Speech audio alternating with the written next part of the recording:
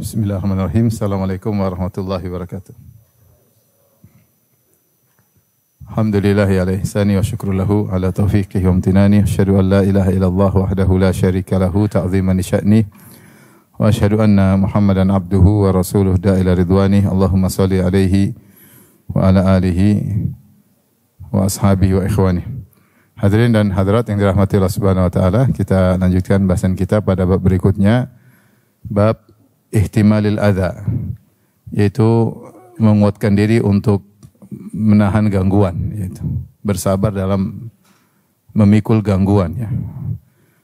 Bab ini mengajarkan kita agar kita kalau diganggu, ya, bersabar, ya, bersabar.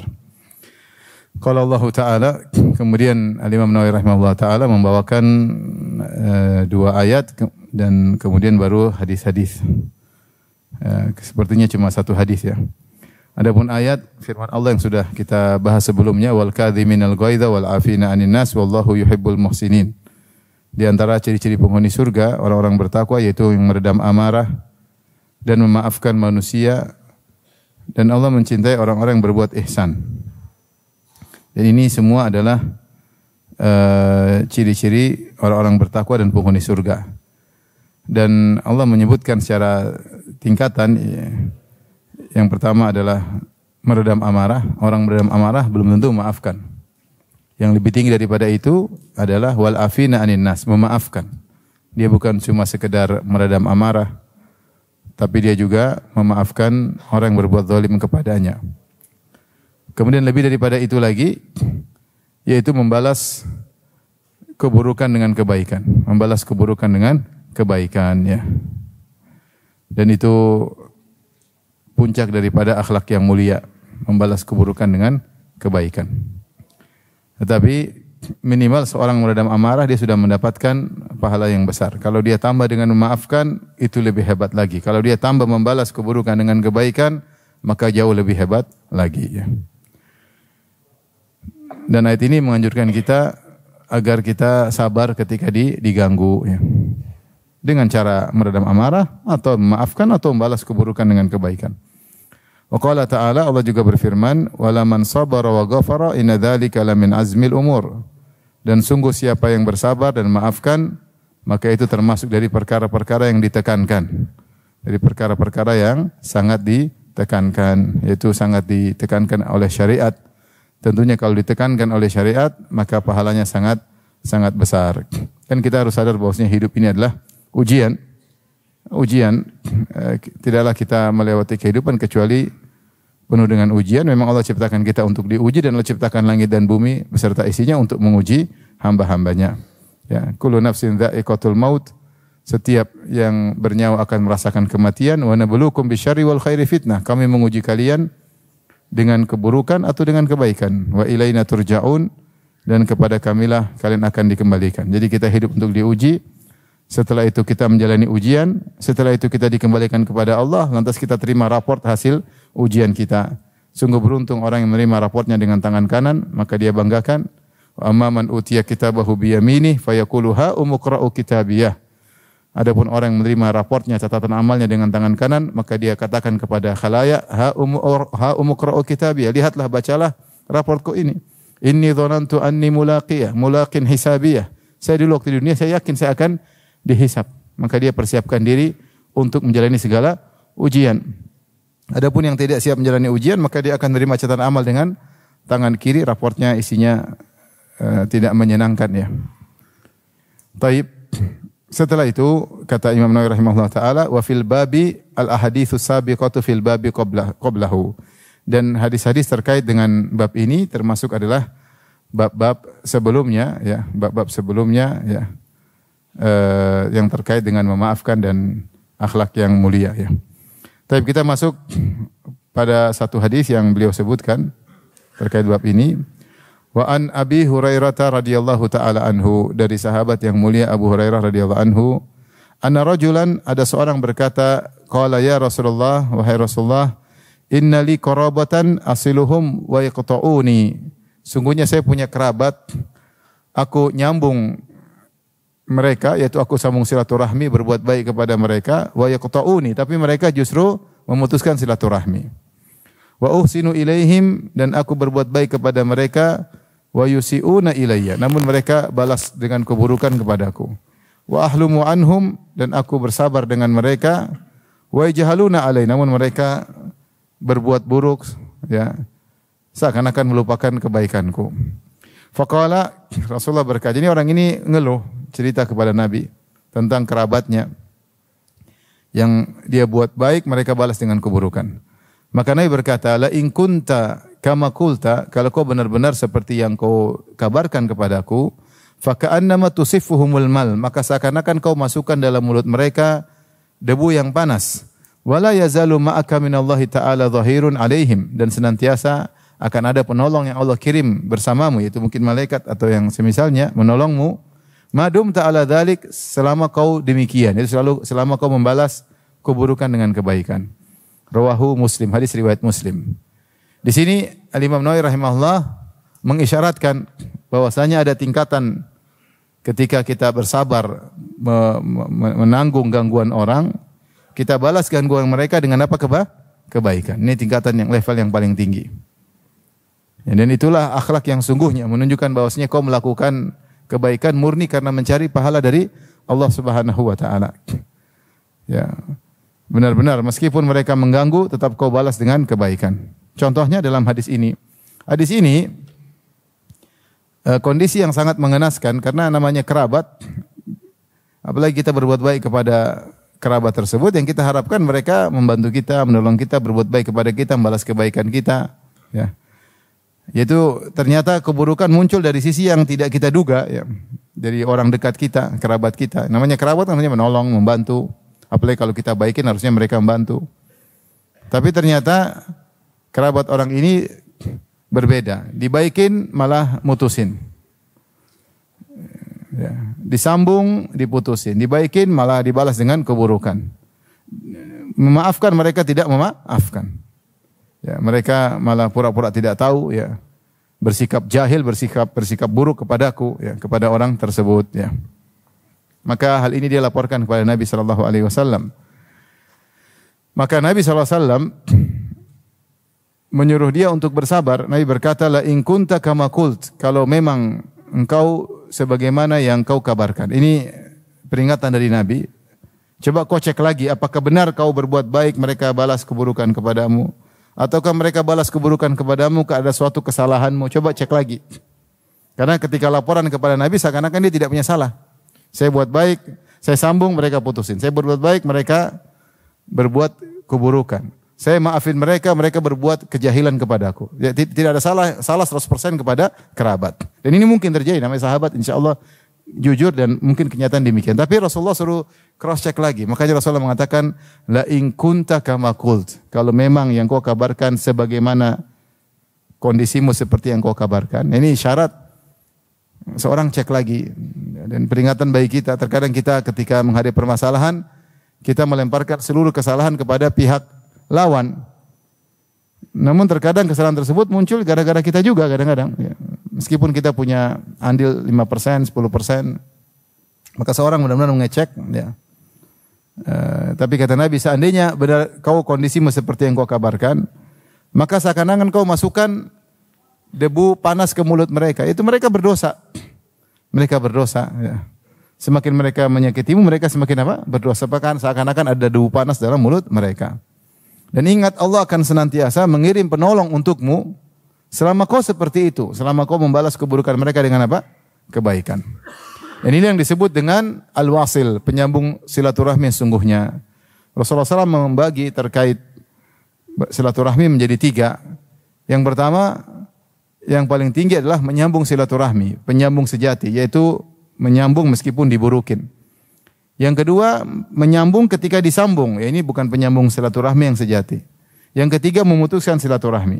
Rasulullah mengatakan, laisal wasil bil mukafi, walakinnal wasil man ya idza quti'a wasalahu. Ya.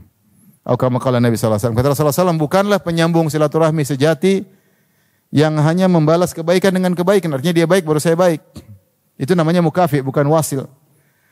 Walakinnal wasil, tapi penyambung silaturahmi sejati adalah yang jika dia diputuskan, dia tetap sambung. Seperti kisah orang ini. Kenapa dia menyambung silaturahmi sejati? Karena berarti dia benar-benar murni mencari wajah Allah Subhanahu wa taala. Mencari wajah Allah Subhanahu wa taala. Bukan karena dia baik saya baik, dia buruk saya balas buruk. Kalau itu namanya mukafi. Namanya mukafi, sekedar ingin membalas setimpal ya. Maka terkadang Allah menghendaki seorang pahalanya sempurna dengan orang yang dia baiki balas dengan keburukan. Sehingga itu diuji apakah dia ingin balas dengan keburukan atau tetap dia ingin mencari keridhaan Allah Subhanahu wa taala ya. Seperti kisah orang ini ya. Ada kawan saya sering sampaikan ke sini, kawan bilang sama saya, "Ustaz, aduh, saudara saya Ustaz ya, kakak saya ya. Saya berbuat baik sama dia, dia tidak bilang terima kasih.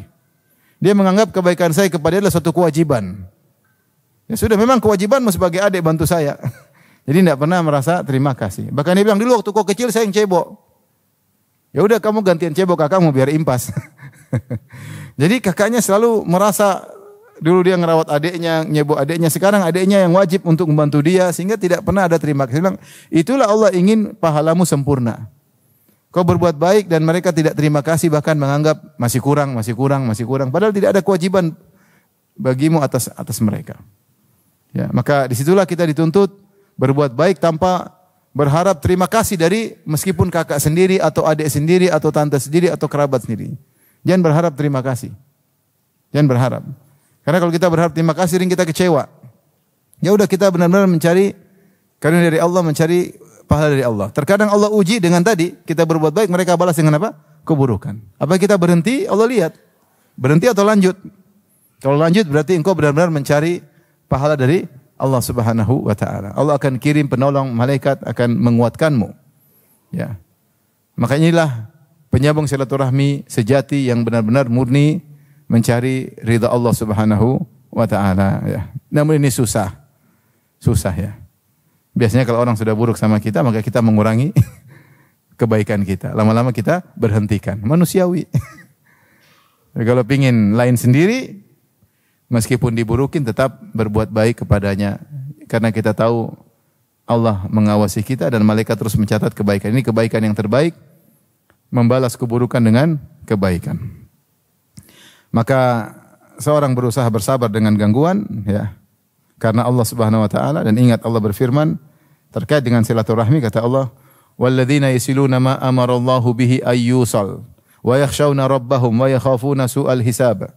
Walladzina sabaru ibtigha'a wajhi rabbihim wa aqamus salata wa anfaqu mimma razaqnahum sirra wa alaniyah wa yadra'una bil hasanati sayyi'ata ulaika lahum uqubad dar. Ayat menakjubkan.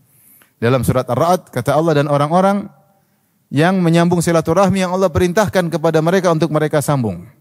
Kemudian kata Allah, walladzina sabaru ibtigha'a wajhi rabbihim. Orang-orang yang bersabar karena mencari wajah Allah. Bersabar bukan karena duniawi, bukan karena daripada rame, daripada ribut, daripada tambah parah, enggak. Tapi dia bersabar karena Allah. Ini penting, sabar itu harus karena Allah. Pertimbangan dunia, pertimbangan kedua. Sebagian orang sabar, saya sabar supaya tidak tambah susah, tambah ruwet. Saya sabar demi anak-anak, saya sabar demi istri, saya sabar demi keluarga. Enggak, sabar karena siapa? Allah. Itu pertimbangan kedua, pertimbangan duniawi. Pertama, sabar karena Allah. Walladzina sabaru ibtigha'a wajhi rabbihim. Dan orang-orang yang sabar karena mencari wajah Allah, wa aqamus salata, kemudian mendirikan salat dan berinfak dengan apa yang Allah berikan kepada mereka. Wa yadra'una bisayyi'atil hasanah, dan mereka membalas keburukan dengan kebaikan. Wa yadra'una bisayyi'atil hasanah, mereka menolak keburukan dengan kebaikan. Ulaika lahum uqubad dar, maka bagi mereka kesudahan yang indah, tempat tinggal yang indah. Jannatu adni yadkhulunaha wa man salaha min abaihim wa azwajihim wa dzurriyyatihim wal malaikatu yadkhuluna alaihim min kulli bab. Yaitu surga yang mereka masuk bersama orang tua mereka yang soleh, bersama pasangan mereka yang soleh, dan bersama anak-anak mereka yang soleh. Wal malaikatu yadkhuluna alaihim min kulli bab, dan malaikat masuk memberi salam kepada mereka di pintu-pintu surga. Malaikat berkata, salamun alaikum bima sabartum. Keselamatan atas kalian di surga karena kesabaran kalian. Kan masuk surga butuh kesabaran. Kata Nabi, huffatil jannatu bil makarih. Surga diliputi perkara-perkara yang dibenci oleh hawa nafsu kita. Ya. Oleh karenanya seorang ketika diganggu, dia berusaha bersabar karena Allah Subhanahu wa taala. Kalau bisa balas keburukan dengan kebaikan, lakukan.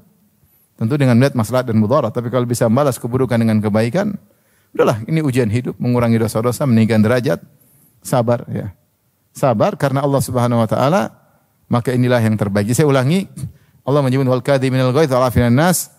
Di antara ciri penghuni surga meredam amarah. Kita meredam amarah aja sudah sebab masuk surga. Apalagi plus meredam amarah plus memaafkan. Apalagi plus sekali memaafkan sekaligus membalas keburukan dengan kebaikan. Hidup ujian. Allah ingin lihat level kita sampai level yang mana. Mungkin seorang tinggal dia jalani kehidupan, dia akan terima raportnya nanti di akhirat kelak. Baik. Kita lanjutkan bab berikutnya.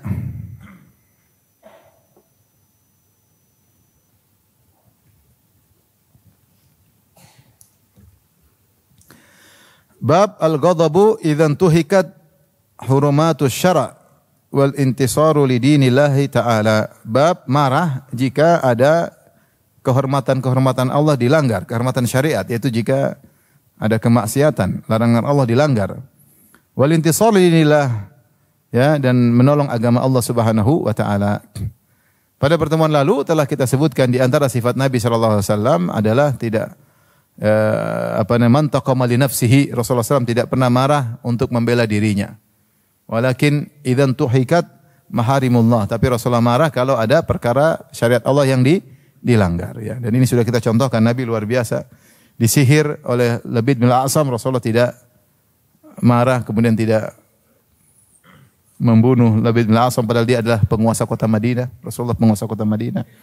Demikian juga ketika Rasulullah SAW diracun oleh wanita Yahudiyah di Khaybar, Rasulullah pun tidak menyuruh wanita ini dibunuh. Tidak, Rasulullah SAW Rasulullah sabar ya. Dan banyak bagaimana contoh-contoh Nabi SAW, beliau tidak marah, tetapi ketika syariat Allah dilanggar baru beliau marah. Di sini seperti kebiasaan Imam Nawawi rahimahullah, beliau membawakan ayat-ayat, kemudian hadis-hadis Nabi sallallahu alaihi wasallam. Ayat yang pertama dalam surat Al-Hajj ayat 30, qala Allah Ta'ala, "Wa may yu'azzim hurumatillahi fahuwa khairun lahu 'inda rabbih." Ya. Dan siapa yang mengagungkan hurumatillah, yaitu hal-hal yang di syariat-syariat Allah, fahuwa khairun lahu 'inda rabbih, maka itu lebih baik baginya ya. Saya bacakan di sini kata Allah fahuwa khairul lahu, maka ini lebih baik. Dia ketika dia mengagungkan hal-hal yang Allah larang, dia mengagungkan jangan sampai dilanggar, maka itu baik baginya. Pengagungan saja sudah mendapatkan pahala. Apa kata Ibnu Katsir? Saya bacakan, ai wa man yajtanibu ma'asiyahu wa maharimahu.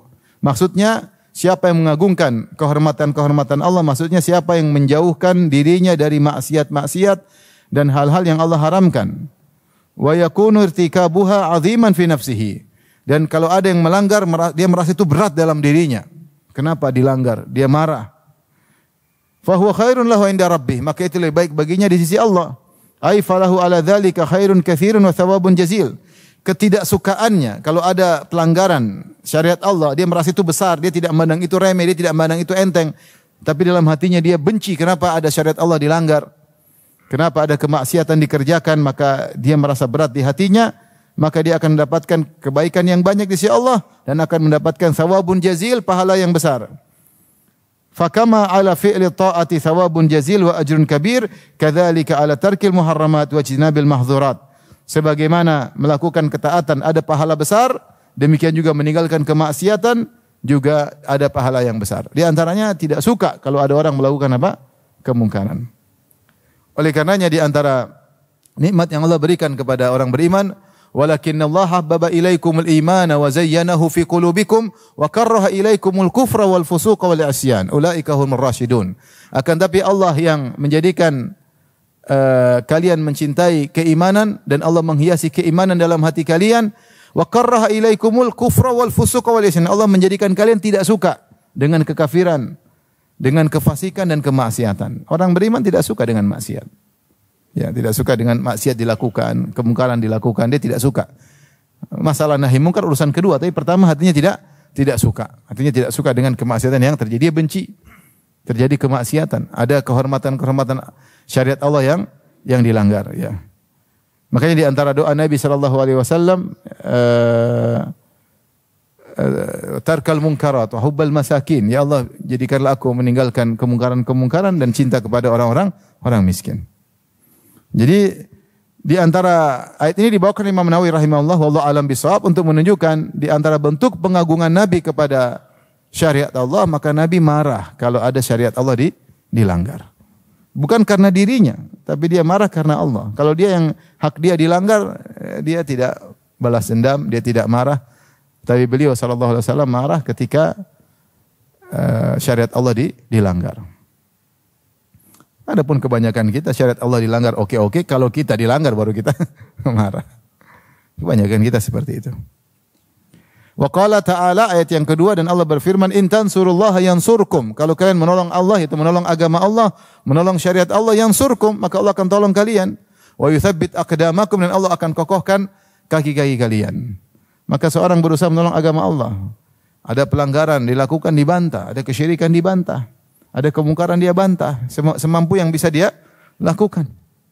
Jangan dibiarkan saja, ya. Benar seorang memaafkan, seorang meredam amarah, tapi bukan terus-terusan. Ada saatnya dia kemudian menunjukkan kejengkelannya, kemarahannya ketika apa? Ketika syariat Allah dilanggar. Itulah kesempurnaan. Kalau hak dia maafkan. Ketika terkait dengan syariat Allah, maka tidak, ya. Maka tidak. Lihatlah Rasulullah SAW, kalau kita baca bagaimana sangat memaafkan istri-istrinya. Memaafkan istrinya. Tapi ketika ada syariat Allah dilanggar, Rasulullah SAW marah. Ketika Aisyah radhiyallahu taala anha kemudian menggibah Sofia, kata Aisyah cerita untuk sebagai pelajaran bagi kita. Kata Aisyah, aku berkata, hasbuka bin Sofia, innaha qasirah. Cukuplah engkau wahai Rasulullah dari Sofia. Sofia pendek. Aisyah yang cerita, ya, bahwasanya dia cemburu sampai dia mengucapkan kata-kata tersebut. Dan biasanya kalau istri Nabi cemburu, Rasulullah kasih uzur ya, karena namanya cemburu itu dia lagi tidak bisa berpikir dengan jernih, kecemburuan menutup pikirannya, ya. Pikirannya. Jadi wanita tuh sering akalnya tertutup kalau lagi cemburu, yang kedua kalau lagi di mall. Makanya Rasulullah sering kasih uzur syar'i. Makanya ketika Aisyah mecahkan piring, Rasulullah tidak marah. Kata Rasulullah, gorot ummukum. Ibunda kalian cemburu. Tapi ketika Aisyah melakukan kesalahan dengan mengatakan innaha qasira, Sofia pendek, ketika itu Rasulullah pun marah. Kata Rasulullah SAW, laqad qulti kalimatan law muzijat bima'il bahri lamazajathu. Sungguh kau telah mengucapkan satu perkataan yang kotor, seandainya dicampur ke lautan akan merubah lautan. Maksudnya kita tahu laut itu luar biasa. Kita taruh daging bangkai babi, bangkai anjing tidak merubah lautan karena lisyiddati muluhatihi, karena saking asinnya. Tapi Rasulullah memberi gambaran gibah, apalagi gibah terhadap wanita mukminah seperti Sofia, ya. Maka meskipun Aisyah cemburu, maka tetap Rasulullah marah karena ada pelanggaran terhadap syariat Allah Subhanahu wa taala. Yang biasanya Rasulullah maafkan, tapi ketika terkait dengan syariat Rasulullah marah. Taib. Kemudian Al-Imam Nawawi rahimahullah membawakan hadis-hadis yang terkait dengan bab ini. Di antaranya hadis yang pertama, wa an Abi Mas'ud Uqbah bin Amr al-Badri, dari Abu Mas'ud, bukan Ibnu Mas'ud tapi Abu Mas'ud radhiyallahu anhu.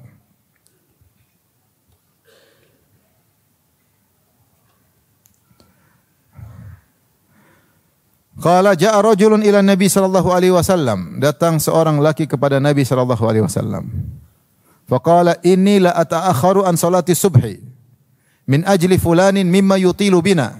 Saya enggak ikut salat subuh di masjid. Nah, dia lapor sama Nabi. Ya Rasulullah, masjid kampung, saya enggak salat subuh ya Rasulullah. Kenapa enggak salat subuh? Imamnya terlalu lama ya Rasulullah. Imam terlalu apa? Lama. Mungkin murajaah di masjid. Imam terlalu lama. Sahabat semangat, ya. Salat lama-lama mereka menikmati, tapi tak ada makmum yang tidak menikmati. Tidak semua yang kita merasa nyaman, kemudian makmum merasa apa? Nyaman, ya. Maka dia bilang, inilah ata'akharu an salati subuh. Aku tidak salat subuh, aku terlambat salat. Ya, tidak salat, tidak hadir salat subuh. Kenapa? Min ajli fulan, karena si fulan. Mimma yutilu bina, dia tidak sebut namanya. Ini di antara cara untuk menutup Ya, kesalahan, ini sahabat punya salah. Kemudian para ulama bahas, siapa si fulan ini yang si fulan, ada yang bilang Ubay bin Ka'ab, ada yang bilang si fulan, enggak perlu. Yang pelaku kejadian tidak menyebut namanya, atau perawi tidak menyebut namanya. Mimma yutilu bina, karena salat subuh terlalu lama. Apa kata Uqbah bin atau Abu Mas'ud? Fama ra'aitu Nabi sallallahu alaihi wasallam ghadiba fi mau'izatin qad ashadda mimma ghadiba yauma idzin. Aku tidak pernah lihat Nabi marah ketika menyampaikan wejangan seperti ketika dia menyampaikan wejangan ketika itu. Itu Rasulullah marah, nampak dari wajahnya, dari nada suaranya, dari tekanan suaranya. Rasulullah SAW berkata, "Ya ayuhan nas, inna minkum munafirin." Wahai manusia sekalian, sungguhnya di antara kalian ada orang yang buat lari. Munafirin tukang buat lari orang lain. Sehingga orang malas beribadah, jauh dari Allah, jauh dari masjid. Kalian buat lari orang. Fa ayyukum amman nasa falyujiz. Rasulullah tidak sebut langsung kepada orang tersebut. Rasulullah beri jawaban umum. Karena kesalahan ini bisa terjadi dilakukan oleh sahabat ini atau sahabat yang lain. Bisa imam ini atau imam-imam yang lain. Fa ayyukum amman nas, siapapun jadi imam, falyujiz, maka ringkaskan, jangan panjang-panjang. Fa inna min waraihi al-kabira, karena di belakangnya ada makmum yang sudah tua, was-saghira, yang masih kecil, mungkin nangis, enggak kuat salat lama-lama, wa dzal hajah, dan ada yang punya keperluan, muttafaqun alaih, hadis riwayat Bukhari dan Muslim. Ini ya, kasus ini bukan kasus yang dimaksud, bukan seperti yang terjadi pada Mu'adz bin Jabal. Mu'adz bin Jabal, kata Ibnu Hajar, ini waqi'ah ukhra, kejadian lain. Kalau Mu'adz pernah mengalami yang seperti Mu'adz bin Jabal radhiyallahu anhu, salat di Masjid Nabawi, kemudian dia pulang lagi jadi imam buat kaumnya, salat Isya. Dan akhirnya dia salatnya panjang, dia baca surat Al-Baqarah. Baca surat Al-Baqarah, akhirnya ada makmum yang capek, mau besok mau kerja, akhirnya dia memisahkan diri dengan niatul mufaraqah, berpisah dari jamaah, kemudian dia selesaikan sendiri. Akhirnya ada yang lapor kepada Mu'adz. Mu'adz, tadi ada jamaah yang kemudian dia lanjutkan sendiri. Kata Mu'adz, munafik. Akhirnya orang lapor kepada Nabi SAW, maka Nabi pun panggil Mu'adz. Dia mengatakan, atuhibbu an takuna fattanan ya Mu'adz? Kau ingin jadi tukang fitnah wahai Mu'adz? Aina anta min sabbihisma rabbikal a'la? Jangan baca surat Al-Baqarah. Baca sabbihisma rabbikal a'la. Wasyamsi wa duhaha. Dalam hadis yang lain, idza sama'un fatarat. Ya. Idza syamsu kuwirat, ayat seperti yang kau baca. Jangan Al-Baqarah, besok orang mau pada kerja. Maka Mu'adz pun mendapat pelajaran dari Nabi sallallahu alaihi wasallam. Ini imam yang lain. Imam yang lain ya. Jadi dua kasusnya sama. Tetapi yang ini tidak ke masjid. Imamnya itu enggak lah. Ya. Ini subhanallah, saya pernah sampaikan, pernah terjadi pada ada seorang ikhwan jadi imam. Saya sholat di situ. Salat subuh, ya Allah, dia baca lama sekali. Saya saja biasa suka lama-lama, tapi saya juga enggak suka hari itu. Dia baca Tabarakalladzi biyadihil mulku wa huwa ala kulli syai'in. Satu rakaat, subhanallah. Satu rakaat baca. Ya, ini bukan di pondok. Kalau di pondok enggak ada masalah. Ini masjid umum. Saya bilang, waduh, saya juga gelisah nih begini. Ya. Terus rakaat kedua dia baca surat lagi, misalnya surat Nun wal Qalam, ya, satu surat panjang. Akhirnya setelah sholat saya ngobrol sama DKM, itu begitu emang enggak? Iya Ustaz, itu aduh. Sampai ada teman yang begitu lihat dia langsung balik ke rumah. Ya, saya ingatkan pada para imam, ya, kalau sholat jangan murojaah jadi pas jadi imam, murojaah di rumah. Kalau jadi imam baca yang diperlukan untuk jadi apa? Imam, dengan melihat kondisi makmum di belakang. Tetapi bukan berarti juga ini alasan sebaliknya untuk pendek-pendekan sholat. Ya. Sekarang ada orang awam tuh, kata Nabi, falyujiz, ringkas. Yang panjang-panjang, maksud mereka pengennya idza zulzilatul ard sama qul a'udzu birabbin nas. Bukan itu juga, Rasulullah kasih standar ya. Makanya para ulama kasih standar, gampangannya kalau salat maghrib baca yang pendek-pendek, jadi surat Ad-Duha ke bawah ya. Ya, itu yang pendek-pendek. Kalau salat Isya yaitu awasitul mufassal, ya tengah-tengah. Sabisma rabbikal a'la dari An-Naba itu tengah-tengah. Kalau maghrib qisarul mufassal yang surat pendek-pendek dari Ad-Duha sampai ke belakang ke bawah. Kemudian setelah itu ke atas ya. Kalau salat Isya ya. Sampai kalau salat subuh maka baca misalnya tiwalul mufassal seperti Qaf ya. Enggak apa-apa ya, salat subuh. Jadi Rasulullah kasih apa? Kasih contoh ya. Tapi kalau kita ikuti masyarakat juga sekarang pinginnya cepat-cepat, ya terkadang sunnah jadi korban juga. Jadi kita seorang melihat situasi dan kondisi. Kadang-kadang dia panjang, kadang-kadang dia sedang. Ya. Maka di sini Rasulullah SAW marah karena imamnya baca terlalu lama. Ya. Maka Rasulullah mengatakan, Inna minkum munafirin. Kalian, di antara kalian ada yang buat lari manusia. Tapi kalau sudah orang-orang sudah pada ngerti, udah pada ngaji, mulai kita jalankan sunnah, baca panjang-panjang ya. Kalau orang awam yang ya, semua kebanyakan orang awam maunya cepat-cepat, ya kita baca yang seimbang lah, sedang-sedang, yang buat mereka tidak keletihan tapi juga tidak terlalu cepat sehingga mereka menikmati sholat tersebut. Sholat dinikmati dengan dibaca dengan bacaan panjang itu baru terasa khusyuk, baru bisa kerasa. Adapun terlalu cepat juga enggak kerasa, terlalu lama bikin pegel. Ya. Taib. Di sini Rasulullah SAW marah karena perbuatan orang tersebut menjadikan seorang lari dari orang lain lari dari agama, lari dari masjid, ya, lari dari masjid. Hadis berikutnya, wa Aisyah radhiyallahu taala anha, dari Aisyah radhiyallahu anha qalat, beliau berkata, qadima Rasulullah sallallahu alaihi wasallam min safar, Rasulullah SAW pulang dari safar, wa qad sartartu sahwatan li bi karamin fi tamathil. Ya. Aku telah menutupi sebagian sahwah ini ada yang mengatakan ada seperti tempat agak tinggi di depan rumah, ada yang mengatakan semacam roof, yaitu semacam rak, ada yang mengatakan kuwah seperti ada tempat, yaitu lubang di dinding untuk menyimpan sesuatu. Intinya dia menutupi sesuatu dengan kain, tapi kain tersebut ada gambar-gambarnya, ada gambar-gambar makhluk hidup. Aisyah melakukannya ketika Nabi tidak ada. Buktinya Nabi baru pulang dari safar baru lihat. Falamma ra'ahu Rasulullah sallallahu alaihi wasallam, tatkala Rasulullah sallallahu alaihi wasallam melihat ada tirai yang menutupi rak-rak tersebut atau semacam apa namanya tempat penyimpanan tersebut ya. Hatakahu, maka Rasulullah SAW pun merobeknya itu dengan keras. Hatak itu menunjukkan Rasulullah merobeknya atau menariknya. Wa talawwana wajhuhu, dan wajahnya berubah. Wa qala ya Aisyah, Rasulullah tidak suka dengan kemungkaran. Kata Rasulullah SAW, wahai Aisyah, asyaddun nasi adzaban indallahi yaumal qiyamah, sungguhnya orang yang paling berat siksaannya pada hari kiamat kelak, alladzina yudhahuna bi khalqillah, yang ingin menyamai, menyaingi ciptaan Allah Subhanahu wa taala. Muttafaqun alaih. Hadis riwayat Bukhari dan Muslim. Dan ini menunjukkan Rasulullah marah dan Rasulullah segera merobek tirai tersebut dan Rasulullah sebutkan sebabnya, ilahnya kenapa dia marah. Rasulullah mengatakan, sungguhnya orang yang paling berat siksaannya pada hari kiamat kelak adalah orang yang meniru-niru ciptaan Allah. Ya, dalam riwayat yang lain, asyadun nasi adzaban al-musawwirun. Orang yang paling berat azabnya adalah yang tukang gambar makhluk hidup. Ya. Ini tidak boleh ya. Kenapa? Karena setiap orang menggambar atau membuat patung, maka akan diperintahkan kepadanya, ahyuma khalaqtum. Isikan ruh kepada patung yang kau gambar. Ini menunjukkan semakin banyak patung dia bikin, semakin banyak gambar dia bikin, maka semakin diperintahkan untuk meniupkan ruh. Ini tidak bakalan mampu meniupkan ruh. Maka orang harus kalau mau menggambar, maka menggambar jangan makhluk hidup.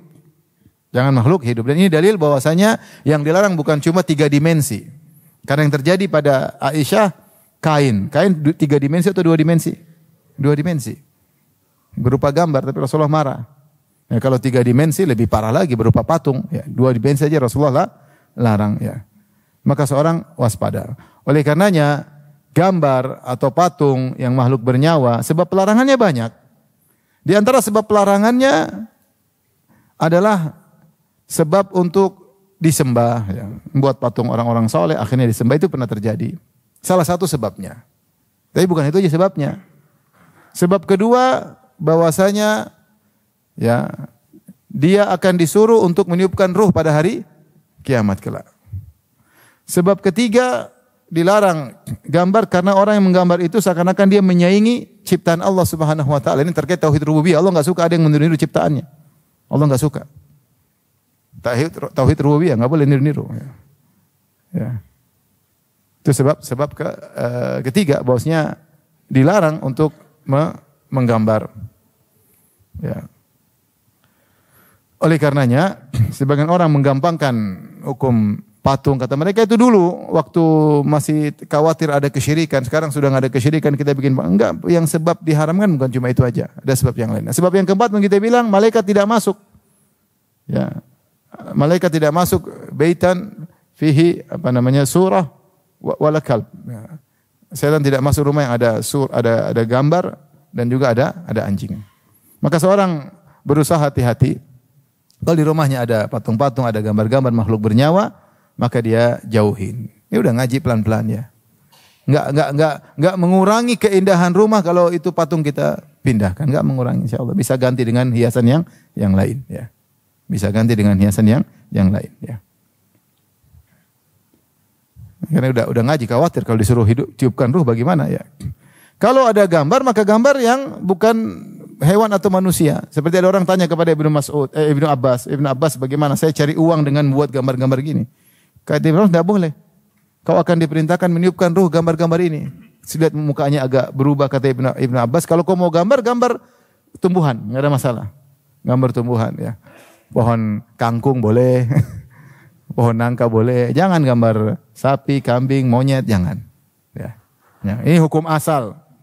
Nanti ada pengecualian buat anak-anak itu lain cerita. Itu nanti, tapi hukum asal gambar yang kita pajang yang untuk kita hormati dilarang. Ya. Dilarang gambar makhluk bernyawa. Maka di sini Rasulullah SAW marah dan talawwana wajhu dan wajahnya pun berubah. Dia marah sama kondisi seperti itu meskipun di depan dia adalah Aisyah ya. Dia yang wanita yang sangat dia cintai tapi kan ini melanggar syariat maka dia pun marah. Marah bukan karena dirinya tapi karena syariat Allah Subhanahu wa taala.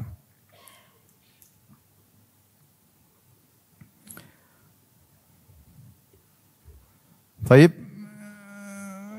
Berapa menit lagi? 3 menit, hadisnya panjang. Tapi mungkin kita sampai sini aja dulu. Kalau yang bertanya saya persilakan ya. Kalau yang bertanya saya persilakan, wallahu taala alam bisawab. Sebelum saya lanjutkan pertanyaan, adapun masalah foto tentu adalah khilaf di kalangan para ulama. Bagi yang mengatakan foto adalah haram, ya secara umum kata mereka karena termasuk daripada gambar. Tentu mereka yang mengharamkan juga mengecualikan. Kecuali foto-foto yang diperlukan seperti buat KTP, buat SIM dan yang keperluan enggak ada masalah. Ya. Maksudnya foto yang untuk dipajang, yang untuk jadi hiasan maka sebagian ulama mengharamkan. Ya. Dan ini sebagian masyayikh kita mengharamkan. Ya. Di antaranya Syekh Abdul Muhsin Al-Abbad, saya sering dengar. Anaknya juga Syekh Abdul Razak juga saya sering dengar. Beliau tidak memandang pendapat. Beliau memandang hukumnya haram. Sebagian ulama memandang foto bukan meniru-niru. Karena foto persis asli 100%. Jadi orang yang foto tidak dikatakan menyaingi. Karena ibarat dia sedang di depan sungai, depan cermin, kemudian diabadikan cermin tersebut, jadilah foto. Ini pendapat Syekh Utsaimin rahimahullahu taala. Kalau begitu, kalau kita foto asli enggak ada masalah, tapi kalau sudah diolah-olah itu seakan-akan menyaingi. Apa yang dibuat kayak warna hitam itu apa? Suimit apa namanya? Yang dirubah jadi kayak kabur siluet. Siluet jangan, enggak boleh. Karena itu ada kita kayak rubah-rubah foto tersebut. Kalau foto asli masih ada ulama yang bolehkan. Tapi seorang berusaha untuk ya kalau perlu aja baru dia foto. Kalau enggak perlu enggak usah ya. Saya termasuk orang yang tidak suka difoto, tapi banyak yang mau foto ya gimana lagi. Ya gimana lagi ya. Karena seorang kalau tidak perlu difoto enggak usah foto. Datang orang, Ustaz, ibu saya pingin saya foto sama antum. Aduh. Ya udahlah, jangan foto satu lagi. Gimana? Tapi demikian saja. Wabillahi taufiq. Assalamualaikum warahmatullahi wabarakatuh.